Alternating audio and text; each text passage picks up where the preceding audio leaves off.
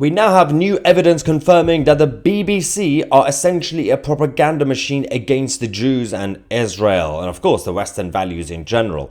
On this channel, we usually tend to also give big shout outs to other journalists who do a great job. In this situation, we're talking about David Collier, award-winning investigative journalist who actually did a very good job, obviously exposing the BBC. We're going to go through his work and what he's actually discovered about the BBC and recent reportings of this organization. Let's start with this. David said, exclusive. Yesterday, BBC News, their flagship program, BBC Verify, which is a fact-checking program allegedly, published blatant pro-Iranian propaganda. BBC Verify is an amateurish propaganda device that is driven by unacceptable bias and publishes blatant lies worthy of a Russian Soviet-era misinformation service. Now let's begin. Number one. All right. BBC Verify published a 1 minute and 20-second video titled "Where Iran's Missiles Struck in Israel." The BBC tells us the video is to counter false imagery circulated online. They say they verified strikes in the vicinity of 3 key locations, all of them military sites. So obviously the IRGC said we only hit military sites. The BBC showed Mossad headquarters, air bases, saying yes, they hit here.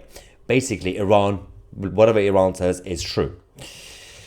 David then says, this creates an immediate problem. Why only these 3? For example, a verified strike by Ramat Gan, a shopping center, remember the shopping malls that was hit, has not been included.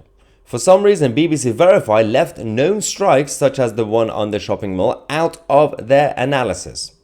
It is difficult to escape the conclusion that BBC Verify were deliberately publishing a pro-Iranian propaganda line that the missiles were fired only at military sites. But it gets a lot worse, David says. Watch this. Look at this. When the journalist turns to the attack on the Tel Nov base, things become surreal. We find the base was not hit at all, the military base. This is the script. In this video, you can see a crater where a missile has landed. It is not the airbase itself, but a school a few miles away. That's according to the BBC themselves. They debunked their own original claim, but in a very quick, just subtle way. And David says, what? So the Iranians didn't hit the airbase, they hit a school. So why isn't it that a school that is listed on, that isn't obviously listed on in the map? How on earth can BBC Verify know the intended target was the airbase? The school was about 5 miles from the airbase. It is in a different place entirely. Just because the IRGC told the BBC says, yeah, trust the IRGC. Context. Below on the map are 2 marks, Gaza city centre and Jabalia camp. 5 miles between them. Would BBC Verify report a strike on a school in Jabalia as a strike on a Hamas military target 5 miles away? Wouldn't they call this disinformation? Very fair question. David continues. The BBC Verify journalist who did all this, by the way, presenting it, is actually Nawal al-Maghafi. She is a Yemeni born.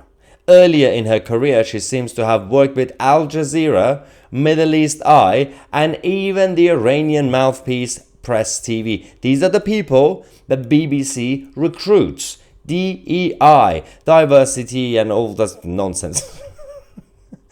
So, this is why the BBC is in a mess. They are literally hiring traitors, the enemies of the West. This is the example, for example. This is what Nawal said.